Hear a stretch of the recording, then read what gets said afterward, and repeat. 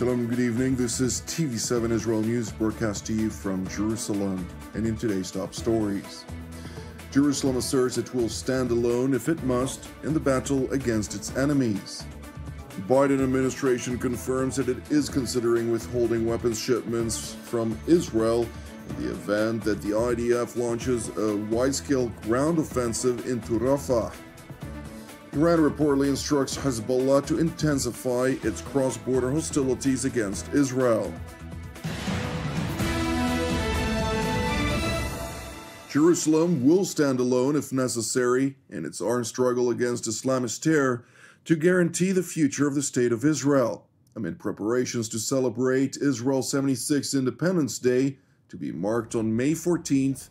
Prime Minister Benjamin Netanyahu reiterated Jerusalem's unrelenting resolve to face its enemies and stressed that with God's help, the State of Israel will emerge victorious. אנחנו ערב יום העצמאות. במלחמת העצמאות, לפני 76 שנים, היינו מעטים מול רבים. לא היה לנו נשק, היה אמברגו נשק על ישראל. אבל בתעצומות הנפש והגבורה והאחדות בתוכנו, ניצחנו. היום אנחנו הרבה יותר חזקים. אנחנו יותר חזקים, אנחנו נחושים, ואנחנו מאוחדים כדי להביס את אויבינו, את מבקשי נפשנו. אם נצטרך לעמוד לבד, נעמוד לבד. אמרתי כבר שאם צריך נילחם בציפורניים, אבל יש לנו הרבה יותר מאשר ציפורניים. ובאותן תעצומות נפש, בעזרת השם, יחד ננצח. Premier Netanyahu subsequently addressed a long list of challenges facing Israel in an interview with internationally renowned Dr. Phil, during the course of which he addressed Hamas's ongoing struggle to extort Israel to leave the terror group intact. We've destroyed about 20 battalions of the Hamas's 24 terrorist battalions. We have another 4 to go. They're in Rafah, and that's why we want to go into Rafah, because we can't leave them there. Basically, what they're trying to do is extort, blackmail us to leave Gaza, leave them in place, these battalions, and leave their leadership in place, and then they go in and take over Gaza again and do it again. The Israeli Prime Minister was further asked about the day after Israel prevails in ending the Islamist Hamas hold over the Gaza Strip. We'll probably have to have some kind of civilian government, civilian administration by Gazans who are not committed to our destruction, possibly, I think, with the aid of the United Arab Emirates, Saudi Arabia, and other countries that I think want to see stability and peace. But we're going to have Israel continually root out terrorists, because I don't see anyone coming in to do that right now. Frankly, I mean, if I would, I'd love to, because I'd love to see that, but I don't see it. So we'll continue to take action against the remnants of the terrorist army.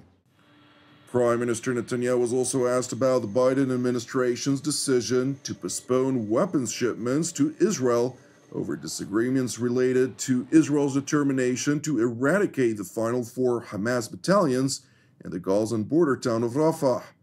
And while voicing hope that he would mend the fences with President Biden, Premier Netanyahu reiterated that Israel would fight irrespective of international support. I've known Joe Biden for many years, so 40 years and more. We often had our agreements, but we've had our disagreements. We've been able to overcome them. I hope we can overcome them now, but we will do what we have to do to protect our country, and that means protect our future. If Israel has to stand alone, we'll stand alone. But we also know we're not alone, because we have so many decent people everywhere who do support us, who do understand the truth. And we will defeat our enemies, and we will secure our future. It is important to highlight that in an exclusive interview with CNN, President Joe Biden acknowledged circulating reports over holding weapons shipments to Israel over disagreements related to a ground operation into the Gazan border town of Rafah. I made it clear that if they go into Rafah, they haven't gone into Rafah yet. If they go into Rafah, I'm not supplying the weapons that have been used historically to deal with Rafah, to deal with the cities, to deal with that problem. While stressing that additional weapons shipments would be withheld from Israel, if the latter would enter into the town of Rafah in full force. U.S. Secretary of Defense Lloyd Austin insisted during a Senate Appropriations Committee hearing earlier this week that a decision has yet to be made and that the withheld weaponry to date was not part of a historic arms package, which both Congress and the Senate overwhelmingly supported, and which President Biden, in accordance with U.S. law, is bound to deliver to Israel, irrespective of political considerations. Israel shouldn't launch a major attack into Rafah without accounting for and protecting the civilians that are in that battle space. And again, as we have assessed the situation, we've paused one shipment of high payload munitions. And again, I think we've also been very clear about the steps that we'd like to see Israel take to account for and take care of those civilians before major combat takes place. We certainly would like to see no major combat take place in Rafah, but certainly our focus is on making sure that we protect the civilians. And we've not made a final determination on how to proceed with that shipment. And I would highlight that this shipment doesn't have anything to do with the supplemental appropriations that you just helped us get. While the Biden administration is making every effort to rationalize its decision to withhold munitions from Washington's closest Mideast ally, many lawmakers and nonpartisan institutions throughout the United States have voiced outrage over the move, contending that the decision to prevent support for an ally fighting against enemies seeking to annihilate it will undoubtedly damage the global perception of the U.S. as a reliable ally. Do you believe Iran really wants to kill all the Jews if they could? The Iranian regime? Yeah. Do you believe Hamas is serious when they say we'll keep doing it over and over again? Do you agree that they will if they can? I do. Hamas, okay, right. Do you believe that Hezbollah is a terrorist organization also bent on the destruction of the Jewish state? Hezbollah is a terrorist organization. Okay, so Israel's been hit in the last few weeks by Iran, Hezbollah, and Hamas, dedicated to their destruction. And you're telling me you're going to tell them how to fight the war and what they can and can't use when everybody around them wants to kill all the Jews? And you're telling me that if we withhold weapons in this fight, the existential fight for the life of the Jewish state, it won't send the wrong signal? It is important to highlight that while withholding munitions from Israel is not on the agenda in Germany, which fended off a legal case by Nicaragua at the ICJ aimed at preventing Berlin's unwavering support for Jerusalem's war efforts, Great Britain has also explicitly noted that it would not revoke licenses granted to private arms manufacturers in the UK, which transfer munitions to Israel. On the issue of arms and Rafah and everything else, I'll make a number of points. First of all, I think there's a very fundamental difference between the US situation and the UK situation. The US is a massive state supplier of weapons to Israel. We do not have a UK government supply of weapons to Israel. We have a number of licenses, and I think our defense exports to Israel are responsible for significantly less than 1% of their total. So I think that is a big difference. Meanwhile, in Jerusalem, during a memorial ceremony for Israel's fallen, Defense Minister Yoav Gallant relayed a clear message to Israel's enemies and allies alike.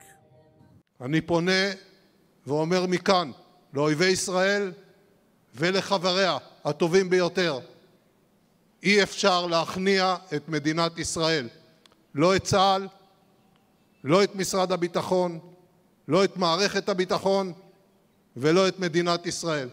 אנחנו נעמוד, נשיג את המטרות שלנו.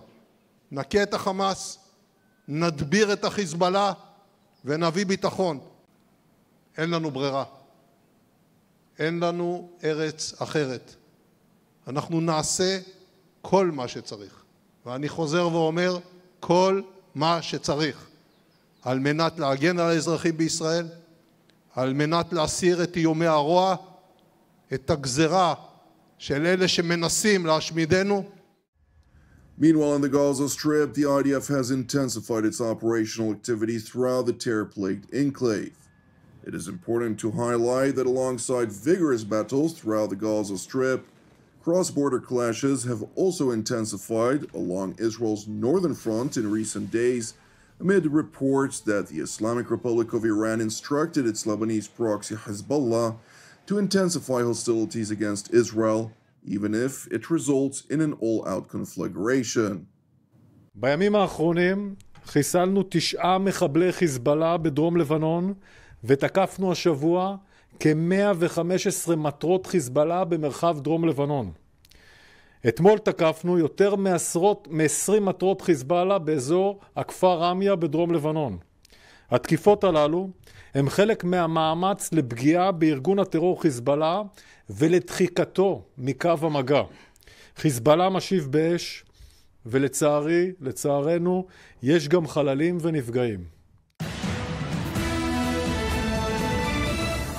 Thank you for watching TV7 Israel News. I would like to encourage you, pray for the peace of Jerusalem and salvation of Israel.